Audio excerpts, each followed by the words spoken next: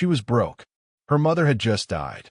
Then a billionaire offered her $1 million to translate a single document.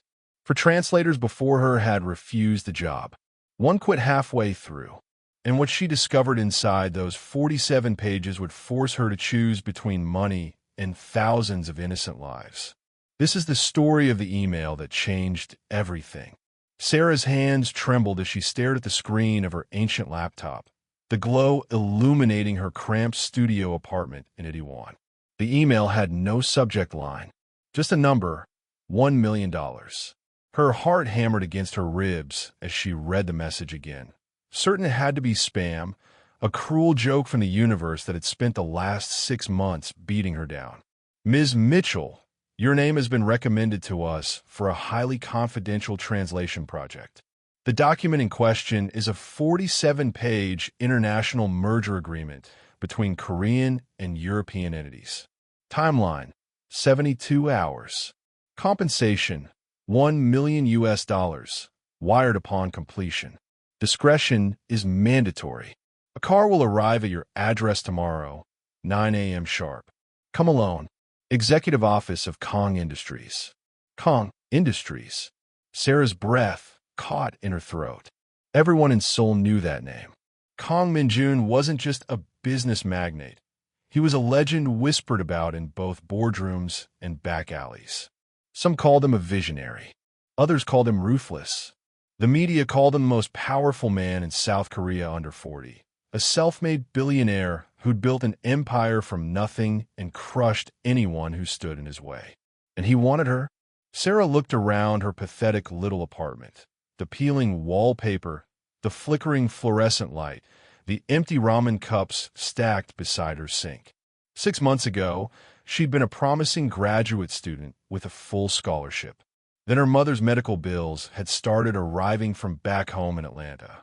Stage 4 cancer doesn't wait for anyone to be ready. Sarah had dropped everything, maxed out every credit card, taken every sketchy translation gig she could find on freelance websites just to send money home.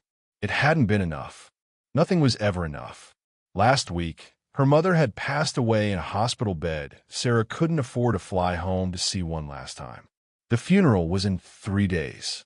Sarah had exactly $247 in her bank account and a plane ticket she couldn't pay for. $1 million. It was impossible. It was suspicious. It was probably illegal. It was also her only lifeline. Sarah's fingers hovered over the keyboard. Every rational part of her brain screamed that this was a trap. People like Kang Min-jun didn't just hand out million-dollar contracts to unknown translators working out of shoeboxes in Itaewon. There were agencies, profesionals, people with credentials that actually mattered. Unless every other professional had already turned him down. The thought sent ice through her veins. What kind of document would make established translators refuse a $1 million payday? What was she about to walk into? Her phone buzzed. A text from an unknown number. The car will be black. License plate 4189. Don't be late. And Ms. Mitchell, we know about your mother. We know about the debts. We know you need this. So do we. See you tomorrow. Sarah's stomach twisted. They'd investigated her. Knew her weaknesses. Knew exactly how desperate she was. She should delete the email. Block the number. Pretend this never happened. Instead, she closed her laptop and walked to the tiny closet where her only professional outfit hung. A black blazer and skirt she'd bought for her graduate school interview a lifetime ago. She pulled it out, smoothing the wrinkles with shaking hands. Tomorrow morning, she would get in that black car. Tomorrow morning, everything would change. Hey, beautiful souls. Welcome back to the channel. Where are you watching from? Subscribe to continue listening to wonderful stories. What Sarah couldn't know, was that across the city, in a penthouse office overlooking the glittering Seoul skyline, Kang Min-jun stood at his floor-to-ceiling windows, a tumbler of whiskey untouched in his hand. She'll come, his assistant said from the doorway. Min-jun's reflection in the glass was unreadable, all sharp angles and cold calculation. She has to. She's the only one who doesn't know what she's walking into. And if she figures it out, a ghost of a smile crossed Min-jun's face, dangerous and beautiful. Then she's exactly the person I need. He turned away from a window, his eyes falling on the document that sat on his mahogany desk. 47 pages that would either secure his empire's future or burn it to the ground. For translators had already refused the job. 2 had returned the contract without explanation. 1 had started the work and quit after reading page 12. The 4th had sent a single message. I can't be part of this. I'm sorry. Min-jun had built his empire on precision, on control, on knowing every variable and eliminating uncertainty. But this merger, this beautiful, terrible gamble, was his father's final test, designed to either prove Min-jun worthy of the Kang legacy or expose him as a pretender to the throne. And somewhere in those 47 pages was a trap he couldn't see, a flaw he couldn't find, a poison pill that would activate the moment the contract was signed. He needed fresh eyes, someone brilliant enough to catch what others missed. Someone desperate enough not to ask questions. Someone like Sarah Mitchell. What he didn't need, what he absolutely could not afford, was to feel anything for her beyond professional utility. That would come later, when it was already too late for both of them. What happens when Sarah walks into that office? Will she take the deal? And what deadly secret is hidden in those 47 pages? The black Mercedes arrived at exactly 9 a.m. Sarah clutched her worn messenger bag as Seoul blurred past tinted windows. They drove into Gangnam, where Kang Tower dominated the skyline. 60 floors of dark glass that seemed to cut the sky itself. Ms. Mitchell, a woman in her 50s, met her at a private elevator. I'm Director Choi. Before you meet Mr. Kang, understand this. He values precision, discretion, and results. He does not tolerate failure. Her expression softened slightly. But he's also fair. Do what he asks, get what he promised. The question is whether you can live with what that requires. The elevator opened directly into an office that stole Sarah's breath. One wall was entirely glass overlooking Seoul. The others held bookshelves, clearly used, not for show. Classical music played softly. Everything spoke of wealth, intelligence, and absolute control. Behind a black walnut desk sat Kang Min-jun. Photos hadn't prepared her. He was young, mid-30s, with sharp cheekbones and intense dark eyes that calculated everything they touched. Black suit, no tie, top button undone. When he looked up, Sarah felt the weight of his attention like a physical force. Ms. Mitchell, you're punctual. His voice was smooth, educated. He stood, tall, lean, controlled, and gestured to a chair.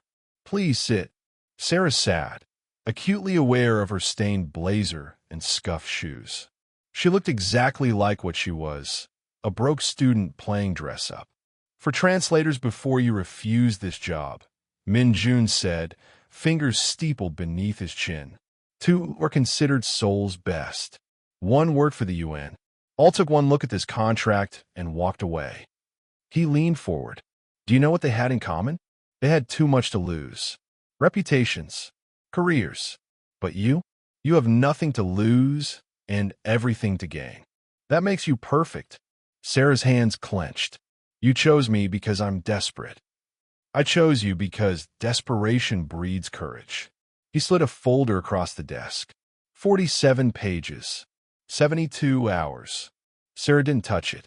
What scared off the others? That's what I'm paying you to figure out. Silence fell, broken only by Chopin's Nocturne. Why do you think I can do this? Sarah asked. I'm not even certified in legal translation.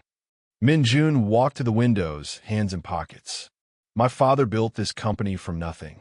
3 months ago, he was diagnosed with stage 4 cancer. This merger is his final test, except he's hidden a trap in that contract. Something designed to expose my weakness or prove my strength. His jaw tightened. I need someone honest enough to find it and brave enough to tell me the truth. Sarah's breath caught. This wasn't business. This was a dying father's last lesson. I've arranged a first-class ticket to Atlanta for your mother's funeral, he added quietly. You'll have 36 hours at home.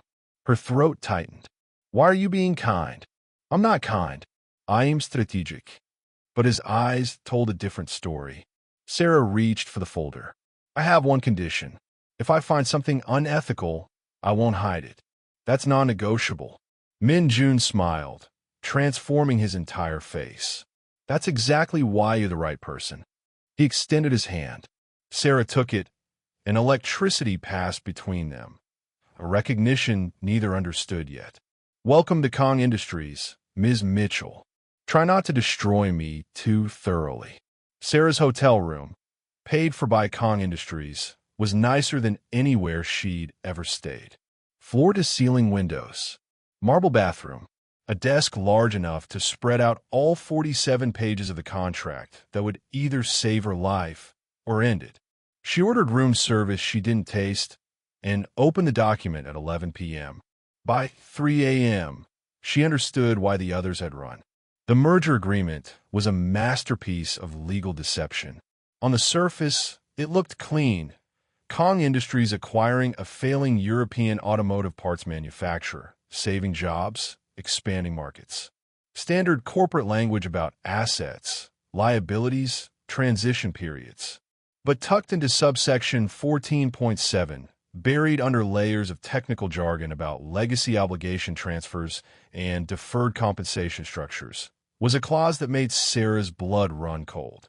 The European company had pension obligations to 4,000 retired workers.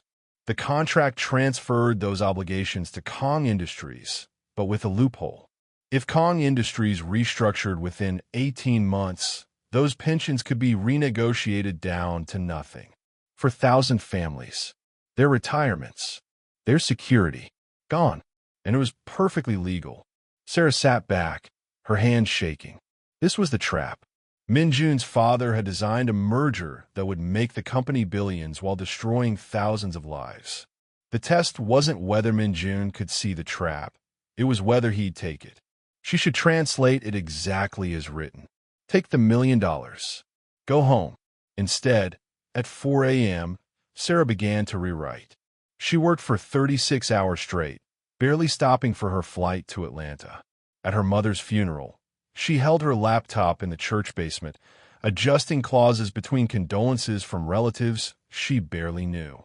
On the flight back to Seoul, she fine-tuned legal language that would protect those pensions while still making the merger profitable. She didn't just translate the contract. She fixed it. When she arrived at Kang Tower at 8 a.m. on day 3, exhausted, grief-stricken, running on coffee and desperation, Director Choi's expression was unreadable. Mr. Kang is waiting. Min-jun stood at his windows, his back to her. He didn't turn when she entered. You're early, he said quietly. I expected you to use every minute. Sarah set the revised contract on his desk. I found your father's trap. Now he turned. His face was carefully neutral, but something flickered in his eyes. Anticipation, fear, and subsection 14.7. The pension transfer clause. It's designed to let you eliminate 4,000 retirement packages and pocket the savings. Perfectly legal. Completely ruthless. Sarah's voice was steady despite her exhaustion. That was the test. Whether you'd see the opportunity and take it. Min-jun moved to his desk, picking up the document. And you translated it faithfully? No. The word hung between them like a gunshot. Sarah stepped forward, her fear burned away by righteous anger and 3 days without sleep. I rewrote it. I restructured the pension obligations with staggered transfers and performance benchmarks that protect the workers while still giving you the cost savings you need. The merger still works. You still profit, but nobody loses their retirement. Min-jun's expression was unreadable. I didn't hire you to rewrite my contracts. You hire me to find the truth. The truth is that clause would destroy lives and eventually destroy your company's reputation when it leaked. And it would leak. The truth is your father didn't want you to be ruthless. He wanted you to be better than him. Sarah's voice cracked. The truth is you already knew about the trap. You just needed someone brave enough to give you another choice. Silence. Min-jun set down the document and walked around his desk. He stopped inches from Sarah, so close she could see gold flecks in his dark eyes. You realize what you've done? His voice was dangerously soft. You violated our agreement. Change the terms. Given me something I didn't ask for. Sarah lifted her chin. Then don't pay me. I don't care. I won't be part of destroying people's lives. For a long moment, Min-jun just stared at her. Then something shifted in his expression, the careful control cracking, revealing something raw underneath. My father told me the day before he went into hospice that the measure of a man isn't what he's willing to take, but what he's willing to refuse. His voice was barely a whisper. I've been staring at that clause for 3 months, trying to find a way around it. And you found it in 72 hours. He stepped back, running a hand through his hair, the first uncontrolled gesture Sarah had seen from him. You didn't just translate my contract, Ms. Mitchell. You saved my soul. Before Sarah could respond, the office doors burst open. A man in his 60s strode in, silver hair, expensive suit, cold eyes. 3 men in dark suits followed. Min-jun. The man's voice carried absolute authority. We need to talk about your merger. I've heard concerning rumors about modifications. Min-jun's entire demeanor changed, becoming harder, colder. Uncle Song-hun, I wasn't expecting you. Clearly, the older man's gaze fell on Sarah, dismissive and cruel. Who is this? My translator. Your translator rewrote a billion-dollar merger agreement. Shao-hun's laugh was sharp. That's corporate sabotage, nephew. I'm calling an emergency board meeting. This merger will proceed as originally designed, or it won't proceed at all. Min-jun's Joe Clinchel. Sarah realized with dawning horror that she'd just walked into a power struggle she didn't understand. The board follows my father's wishes, Min-jun said carefully. Your father is unconscious in hospice. I'm his brother and acting chairman in his absence. Song-hun smiled, predatory. And I say this little experiment in conscience is over. The girl leaves. The original contract stands. Unless you'd like me to recommend someone else take over as CEO. The threat was clear. Sarah had just destroyed Min-jun's empire while trying to save it. Oh no, Sarah's good deed just became a corporate nightmare. Will Min-jun choose his empire or his integrity? The board meeting was scheduled for 2 p.m. Sarah had 3 hours to pack and disappear before she became the center of a corporate war. Instead, she found herself in a conference room with Min-jun, Director Choi, and 2 lawyers who looked at her like she was a grenade with the pin pulled. This is salvageable, one lawyer said, though his tone suggested otherwise. We claim translation error. Blame the American girl. She misunderstood the technical language. No, Min-jun's voice cut through the room like a blade. We're not throwing her under the bus. Then what's your play? Director Choi asked quietly. Sang-hun has 8 board members in his pocket. You have 6. Your father's vote would break the tie, but she stopped, unable to finish. Dying, Min-jun finished coldly. Yes, I'm aware. Sarah sat silent in the corner, drowning in guilt. She tried to do the right thing and destroyed everything instead. Min-jun's phone buzzed. He glanced at it and his face went pale. My father's awake. He's asking for me. He stood abruptly. Sarah, come with me. What? Why? Because you're the only person in this building who tells me the truth. I need that right now. They drove in silence to a private hospital in Gangnam. Min-jun's hands gripped the steering wheel too tight, his jaw clenched. Sarah wanted to apologize, to explain, but what could she say? Sorry, I tried to save your soul and lost your empire instead? The hospice room was all soft light and beeping machines. Kang Jun-ho looked smaller than Sarah had imagined, a frail man drowning in white sheets, oxygen tubes in his nose. But his eyes were sharp when they landed on his son. Father, Min-jun's voice cracked. I'm here. The merger. Junho's voice was barely a whisper. Song-hun, cold, said you failed. Min-jun's shoulders tensed. I didn't fail. I found another way. The girl. The translator. Junho's eyes shifted to Sarah. You rewrote it? Sarah stepped forward, her heart hammering. Yes, sir. I'm sorry. I overstepped. I just couldn't let innocent people suffer for my son's success. A ghost of a smile crossed Junho's lips. Good. That's what I hope. Min-jun stared at his father. You wanted me to change it? Wanted to see if you'd find someone who would. Junho's breathing was labored. I built this empire on sharp edges. Hurt people. Justified it as necessary. Spent 40 years becoming someone I hated. His hand reached for Min-jun's. Didn't want that for you. Tears streamed down Min-jun's face. But Uncle Sang-hun will destroy me. The board. Let him try. Yonho's grip tightened. I have one more card to play. But Min-jun, promise me, whatever happens, keep the girl close. She sees clearly. Rare gift. Sarah's throat tightened as she watched father and son. Their hands clasped, years of unspoken love finally breaking surface. I promise, Min-jun whispered. Junho's eyes closed. A nurse appeared, gently suggesting they let him rest. In a hospital corridor, Min-jun stood with his back against the wall, composure shattered. Sarah had never seen him like this. Vulnerable, lost, terrifyingly human. I'm sorry, she whispered. I ruined everything. No. He looked at her, eyes red but fierce. You gave me something to fight for beyond just winning. That matters.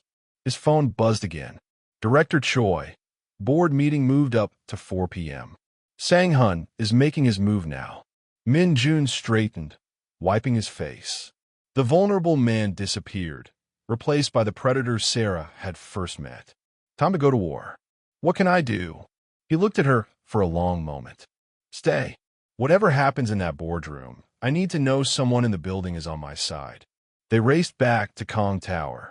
The boardroom was already filling. Men in expensive suits, women with sharp eyes, all watching Min-jun enter like sharks circling blood. Sang-hun sat at the head of the table, a king on a borrowed throne. Nice of you to join us, nephew. Shall we discuss your translator's creative interpretation of corporate law? Let's discuss, Min-jun said coldly, taking his seat. But first, let's discuss why you're really here, uncle. It's not about the merger. It's about the CEO position you've wanted for 30 years. The room went silent. Sang-hun's smile was ice. Careful, Min-jun acquisitions require proof. I have proof. Financial records showing you've been shorting Kong Industries stock for 6 months, betting our value will drop. The original merger would have caused exactly that scandal. Public outcry, reputation damage, stock collapse. You by controlling shares at bargain prices while I took the fall. Min-jun's voice was deadly calm. My translator didn't sabotage the merger. She saved it and destroyed your plan. Gasps around the table. Sang-hun's face went rigid. That's slander. It's documented. Director Choi slid folders across the table. We've been investigating for weeks. Sang-hun stood, rage finally breaking through his control. You self-righteous fool. Your father built this empire on blood and ruthlessness, and you want to throw it away for morality? You're weak. Just like your mother. The door burst open. A doctor stood there, face grave. Mr. Kong, it's your father. You need to come now. Min-jun's face went white. He looked at Sarah, then at the board. The choice was impossible. Stay and fight for his empire, or go and say goodbye to his father. Sarah stood. Go. I'll handle this. You're not authorized. I don't care. Go. Min-jun Ran. Sarah turned to face 15 of Seoul's most powerful business leaders, her hands shaking but her voice steady. Let me tell you what Kang Jun-ho actually wanted for his son's legacy. 15 pairs of eyes locked on Sarah like predators eyeing prey. Who exactly are you? A woman in her 60s, elegant and sharp, leaned forward. And why should we listen to a translator about corporate strategy? Sarah's knees shook, but she thought of Min-jun racing to his father's deathbed. Of 4,000 families who'd never know how close they came to losing everything. Of a dying man's final wish for his son. You shouldn't, Sarah said clearly. But you should listen to Kang Jun-ho. She pulled out her phone, hands trembling, and played a voice recording. Min-jun had sent it an hour ago. His father's voice, weak but determined, recorded this morning before they arrived. To my board, if you're hearing this, I'm likely gone. My final directive is simple. The merger proceeds with a modified contract. My son has proven himself worthy not by being ruthless, but by being wise enough to find a better way. Anyone who opposes this opposes my explicit wishes. Sang-hun, you're removed from the board effective immediately. Your stock manipulation is documented and will be prosecuted. Min-jun, my son, trust the girl who saved you. She sees the path I could never find. Silence crashed through the room. Sang-hun's face turned purple. That recording is fake. It's authenticated, Director Choi said coldly, entering with security. Time-stamped, witnessed, legally binding. You're done. Security escorted Sang-hun out, his protests echoing down the hall. The remaining board members exchanged glances, some relieved, others calculating. The elegant woman spoke again, softer now. The modified merger. Will it work financially? Sarah nodded. I can walk you through every clause. Her phone exploded with a call from Min-jun. She answered, stepping aside. He's gone. Min-jun's voice was hollow. My father just... He waited until I got here, squeezed my hand, and a ragged breath. Sarah, he's gone. I'm so sorry, she whispered, tears streaming. Min-jun, I'm so sorry. The board. Sang-hun's out. They want details on a merger, but I think we won. We. A broken laugh. You keep saying we. Because it's true. Silence. Then, I need you to do something for me. My father left a sealed envelope. Director Choi has it. It's addressed to you. What? Why would? Just open it. Please. Sarah found Director Choi, who handed her a cream envelope with Sarah's name in elegant Korean script. Inside was a letter and a document that made her heart stop. The letter read, Ms. Mitchell, thank you for saving my son from becoming me. I leave you 10% equity in Kang Industries, not as payment, but as responsibility. Help him build something better than I ever could. Kang Min-jun, 10% of a $20 billion company. Sarah's knees gave out. She sat hard in a chair, the world spinning. He gave you $2 billion, Director Choi whispered, looking at the document. And a board seat.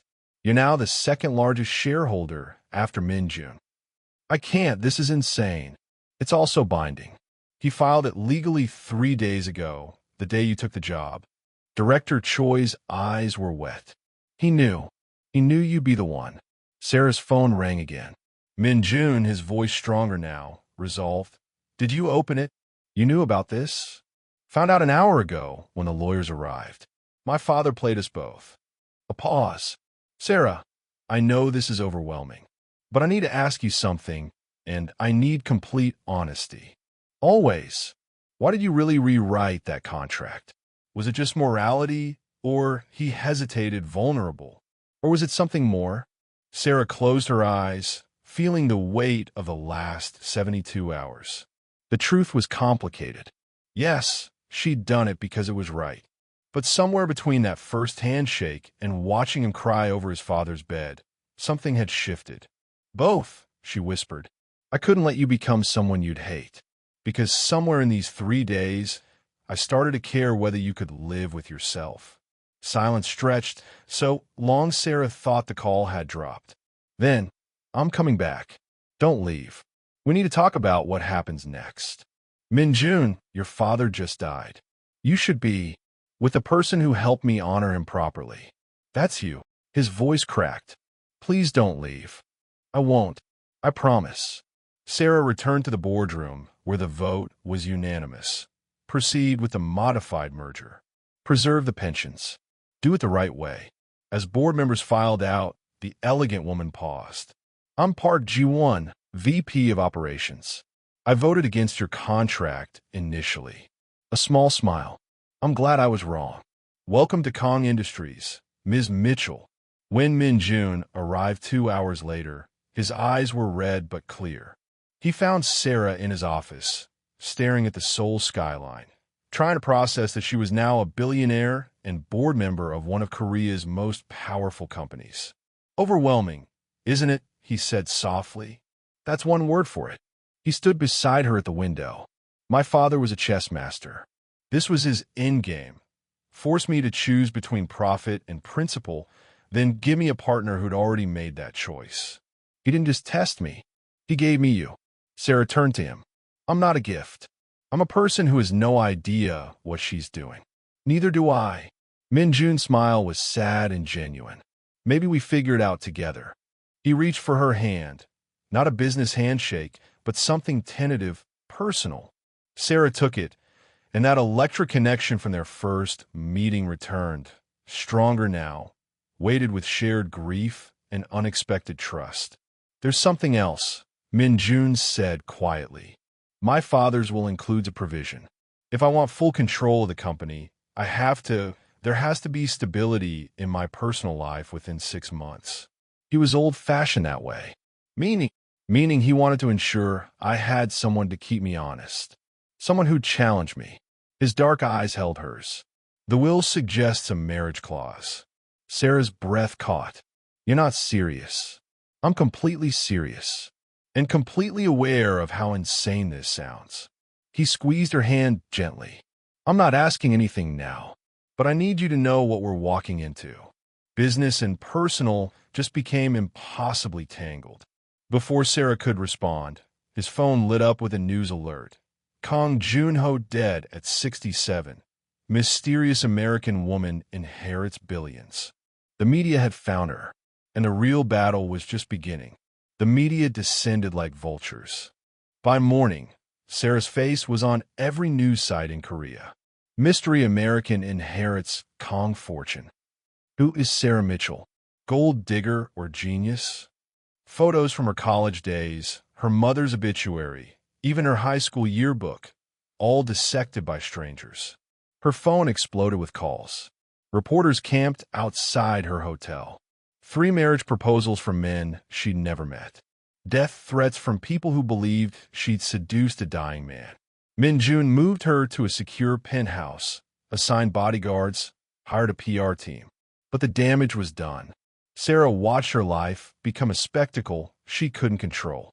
I can't do this, she told Min-jun on day 4, her eyes hollow from lack of sleep. I just wanted to help. Now I'm Seoul's most hated woman. Give it time. Time. Her laugh was bitter. Your own board members think I manipulated your father. Half of Korea thinks I'm a prostitute. The American embassy called to make sure I wasn't being held against my will. She stood, pacing. This was supposed to be simple. Translate a document, save my life, go home. You don't have a home to go back to, Min-jun said quietly. The words hit like a slap. He was right. Her apartment lease had expired. Her student visa was nearly done. Her mother was gone. She had nothing waiting in Atlanta except debt and memories. So what? I'm trapped here, your father's living doll, playing corporate wife while you build your empire? Min-junist clinchal. That's not fair. None of this is fair. Sarah's voice cracked. You get a tragedy that makes you look noble.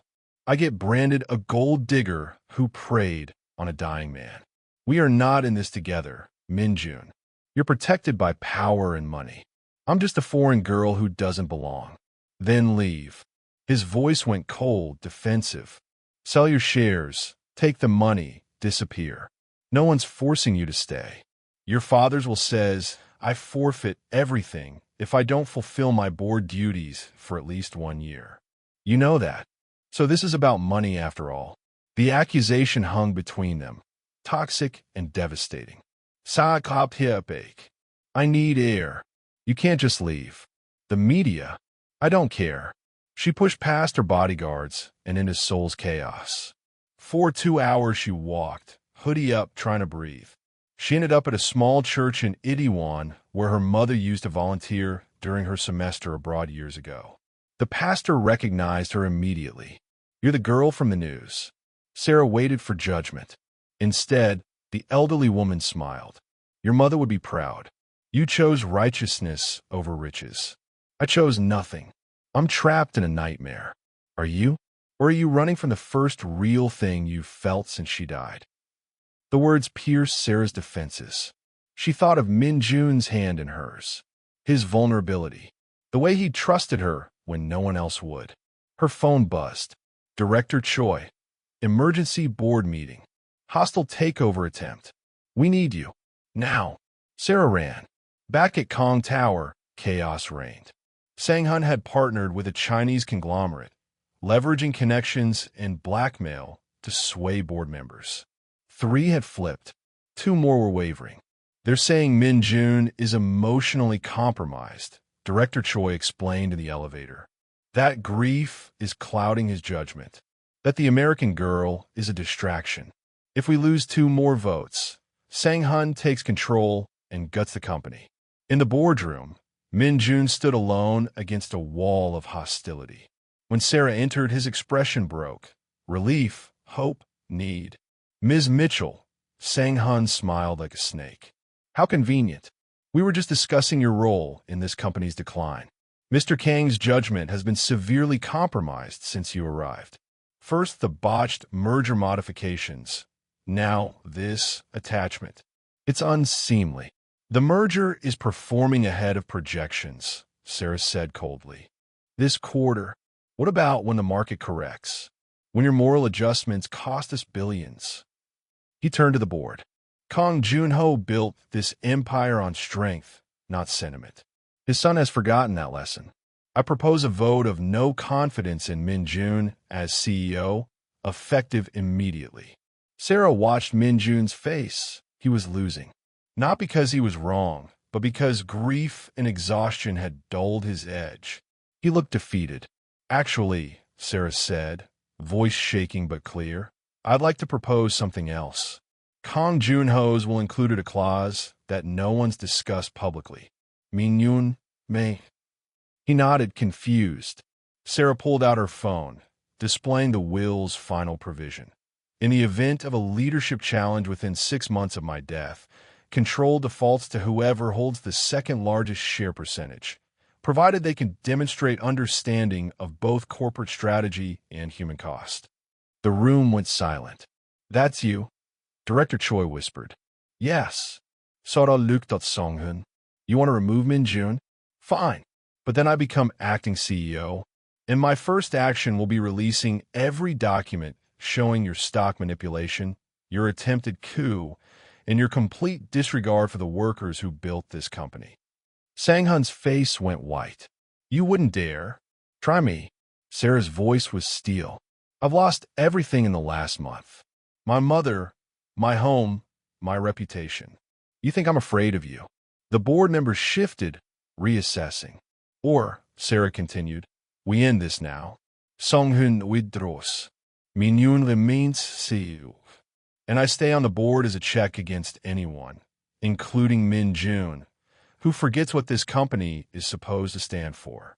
Not just profit. People." Park Ji-won spoke up. "I second Ms. Mitchell's proposal." One by one, hands raised. Even the members Sang-hun had turned voted yes. Sang-hun stormed out, finished. But as the room cleared, Sarah saw Min-jun's expression, and it wasn't gratitude. It was something colder. "You just made yourself my supervisor," he said quietly. "Was that the plan all along? Gain my trust, then take control." Sarah stared at him, heartbroken. "You actually believe that? I don't know what to believe anymore." His eyes were distant. "Everyone wants something from me. Why should you be different?" "Because I'm not everyone." She stepped closer, desperate. "Min-jun, I just saved your company and made yourself indispensable in the process." Very clever. The accusation shattered something in Sarah. "You know what? You're right. I should leave. Sell the shares, forfeit the money, Go home to nothing. At least then I won't have to watch you become exactly like your uncle. Suspicious, paranoid, incapable of trust. She turned to go. Sarah, wait. No. You want to push me away? Fine. I'm gone. She made it to the elevator before breaking down, tears finally coming in great, gasping sobs. She'd lost everything. Her mother, her home, and now the one person she'd started to care about thought she was just another predator circling his wealth. The elevator doors closed on the wreckage of her heart. Sarah spent 3 days in the penthouse, ignoring calls, ignoring the world. She drafted her resignation letter 17 times. Each version felt like giving up on something she couldn't name. On the 4th morning, Director Choi appeared at her door with coffee and sympathy. He's been sleeping in his office, she said quietly. Hasn't eaten. Snaps at everyone. The entire executive team is walking on eggshells. Not my problem anymore. Isn't it? Director Choi sat beside her. I've worked for the Kang family for 20 years. Watched Min-jun grow from an angry teenager trying to prove himself to a man carrying impossible weight. I've never seen him trust anyone the way he trusted you. He accused me of manipulation. He's terrified. Director Choi's voice was gentle. His father just died. His uncle tried to destroy him. Everyone in his life wants something. And then there's you, brilliant, honest, beautiful, who appeared exactly when he needed you most. Of course he's scared. Love always comes disguised as a trap when you've spent your whole life being used. Sarah's breath caught. Love? We barely know each other. Don't we always know? In the moments that matter. Director Choi smiled sadly. His father knew. Why do you think he left you those shares? Not to give you power, but to give his son someone who couldn't be bought or intimidated. Someone equal. Before Sarah could respond, her phone rang. Unknown number. Ms. Mitchell. A woman's voice, professional. I'm calling from Seoul Memorial Hospital. We have Kang Min-jun here. He's asking for you. Sarah's heart stopped. What happened? He collapsed in his office. Exhaustion, dehydration, possibly a panic attack. He's stable, but refuses treatment unless we contact you. Sarah was out the door before the call ended. She found him in a private room, for in his arm, looking smaller and more vulnerable than she'd ever seen him. When their eyes met, his filled with tears. I'm sorry, he whispered. Sarah, I'm so sorry. She sat beside his bed, taking his hand. You're an idiot. I know. You accuse me of the worst possible things.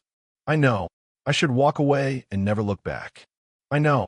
His grip tightened. But please don't. Sarah's anger crumbled, revealing the hurt beneath. Why did you say those things? Because I'm terrified of needing you. His voice broke. Everyone I've ever needed has either died or betrayed me. My mother abandoned us when I was 8. My father loved me, but never knew how to show it. Every relationship I've had was transactional. People wanted my money, my name, my connections. And then you appeared, and for the first time in my life, I felt seen. Actually seen. Tears streamed down his face.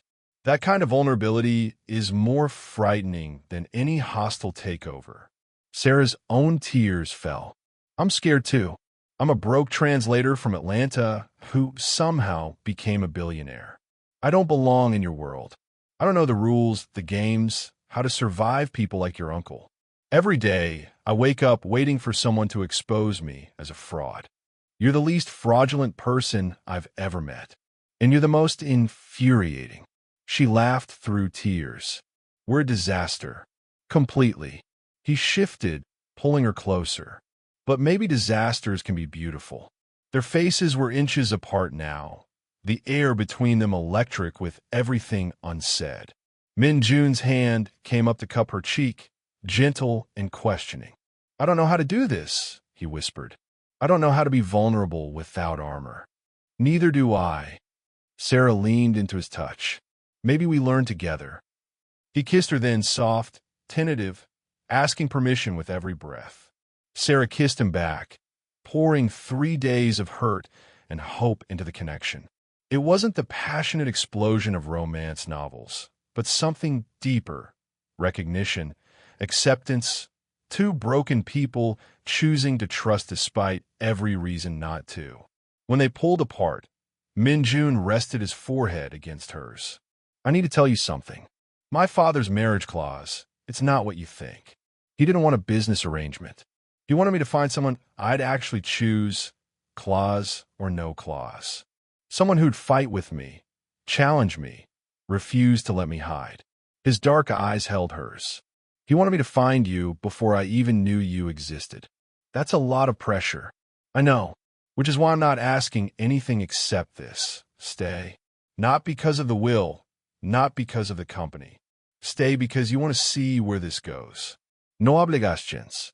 No timeline. Just us figuring it out. Sarah smiled, her heart full and terrified and hopeful all at once. Just us. Just us. Okay. She kissed him again, softer this time. I'll stay. His smile transformed his entire face. Thank you.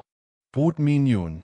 If you ever accuse me of gold digging again, I'm selling my shares to your worst competitor and buying a private island. He laughed, a real, unguarded sound. Deal. They sat in comfortable silence until a nurse appeared, smiling at their intertwined hands.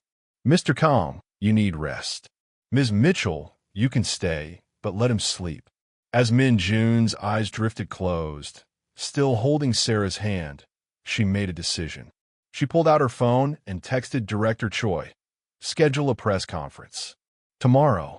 I'm done hiding. Tomorrow, she'd face the media.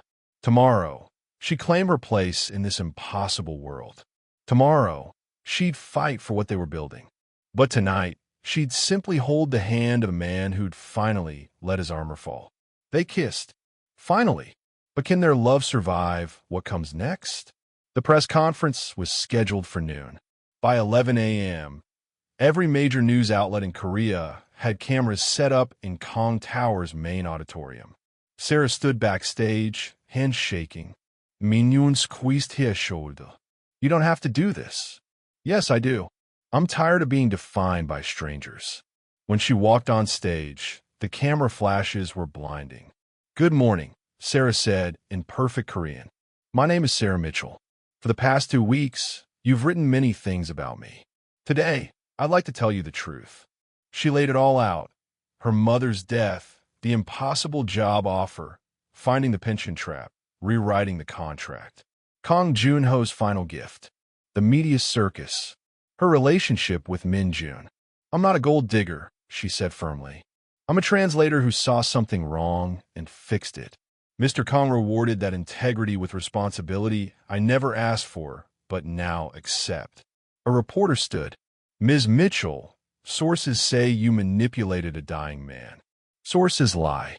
Min-jun's voice cut through the room as he joined her on stage, unplanned. My father was many things, but easily manipulated wasn't one of them. He chose Sarah because she had the courage to challenge me when I needed it most. He took Sarah's hand in front of every camera. And yes, I'm in love with her. That's not a scandal. That's a gift I don't deserve but won't refuse. The room erupted. Min-jun continued. Effective immediately, Kang Industries is establishing the Kang Joon-ho Foundation, a worker protection fund ensuring no employee ever loses their pension. We're starting with a $1 billion endowment. Sarah will chair it. By evening, public sentiment had shifted. Social media exploded with support. In Min-jun's office, overlooking Seoul's glittering lights, he pulled out a small box. Inside was a simple platinum ring. This isn't about my father's will or company politics. This is me asking you, Sarah Mitchell, the woman who rewrote my life along with that contract. Will you marry me? Yes, Sarah whispered. But on one condition. We do this our way. No corporate wedding. Just us and the people who matter. Deal. 3 months later, they married in a small ceremony at the church where Sarah's mother had volunteered. Director Choi cried. The modified merger became the most successful in Kang Industries history. The pension fund protected thousands of families. 1 year later, Sarah stood in the boardroom as its youngest chair, presenting the Translator Fellowship Program. 50 scholarships annually for young translators from underrepresented backgrounds. Because someone once took a chance on a broke grad student, she said, and it changed everything. Every hand raised in approval. That evening, on their balcony overlooking Seoul, Min-jun held her close. Regrets? Not a single one. She turned in his arms. We took a broken contract and turned it into a love story. 6 months later, they welcomed their daughter, Grace Junhee Kang. As Sarah held her in the hospital, Min-jun sat beside them, tears streaming. "Thank you," he whispered, "for seeing me when I couldn't see myself. For rewriting not just that contract, but my entire life. For staying." Sarah leaned against him, their daughter sleeping peacefully. Always. The Korean Mafia boss had offered her $1 million to translate one document. What Sarah Mitchell did next didn't just shock him. It transformed them both, proving that sometimes the most valuable translation isn't words on a page, but hearts learning to speak the same language. And they lived, worked, loved, and built together for all the years that followed. One incredible journey. Drop your favorite moment in the comments and subscribe for more emotional stories.